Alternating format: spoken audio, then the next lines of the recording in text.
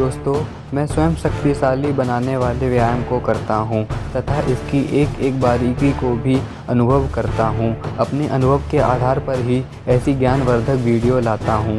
दोस्तों, अनेक शक्तिशाली पुरुषों के जीवन चरित्र को पढ़कर थोड़ा बहुत ज्ञान तो मुझे भी आ गया है कि वास्तव में शक्तिशाली कैसे बना जाता है और गलती कहाँ हो रही है जिस वजह से आज के पुरुष इतने शक्तिशाली नहीं हो पा रहे हैं। तो आज मैं उसी गलती पर थोड़ा सा प्रकाश डालूंगा जिसे आप समझने का प्रयास करना। तो पहले हम धीमा व्यायाम और तेज व्यायाम को समझते हैं, क्योंकि इन दोनों के भेद से ही शक्तिशाली बनोगे।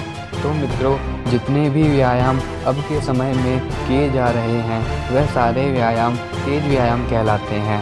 आप चाहे बाइसेप्स कर रहे हो या फिर चेस्ट की एक्सरसाइज कर रहे हो या फिर आप बैक की एक्सरसाइज कर रहे हो, तो ये सारे व्यायाम तेज व्यायाम कहलाते हैं। ये मत समझ लेना कि हम तो नॉर्मल स्पीड से इन व्यायाम को करते हैं फिर मैं इनको तेज व्यायाम क्यों कह रहा हूँ। दरअसल आप इनको नॉर्मल स्पीड से ही करते हो, लेकिन यह सारे व्यायाम तेज व्यायाम ही कहलाते हैं। तो अब आप समझ गए होंगे कि तेज व्यायाम कौन सा व्यायाम होता है।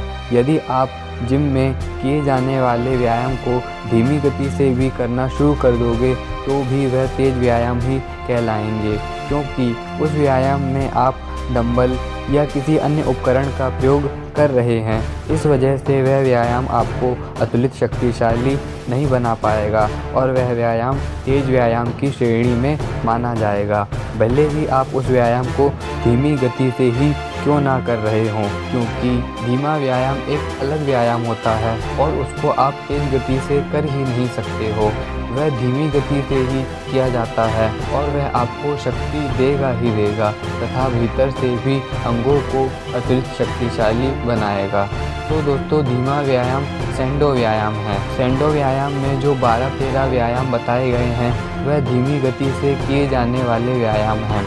वह तेज गति से हो ही नहीं सकते हैं, क्योंकि वह प्रकृति द्वारा प्रदत्त नियम के अंतर्गत हैं कि यदि आप भीतर से ताकत लगाकर व्यायाम करते हो तो उस व्यायाम की गति अपने आप ही धीमी हो जाएगी, क्योंकि जब व्यायाम धीमी गति से होगा तब आप अधिक से अधिक इच्छा शक्ति का प्रयोग कर पाओगे और आप व्यायाम करते समय अधिक से अधिक ताकत को लगाए रख पाओगे तथा आपकी भीतर की सारी मसल को जुड़ने के लिए भरपूर समय भी मिल जाएगा। इसीलिए धीमा व्यायाम परम लाभकारी है, क्योंकि धीमा व्यायाम करते समय सारी मांसपेशियों पर असर पड़ना शुरू हो जाता है और सारी मांसपेशियां भीतर से शक्तिशाली बनना शुरू हो जाती हैं।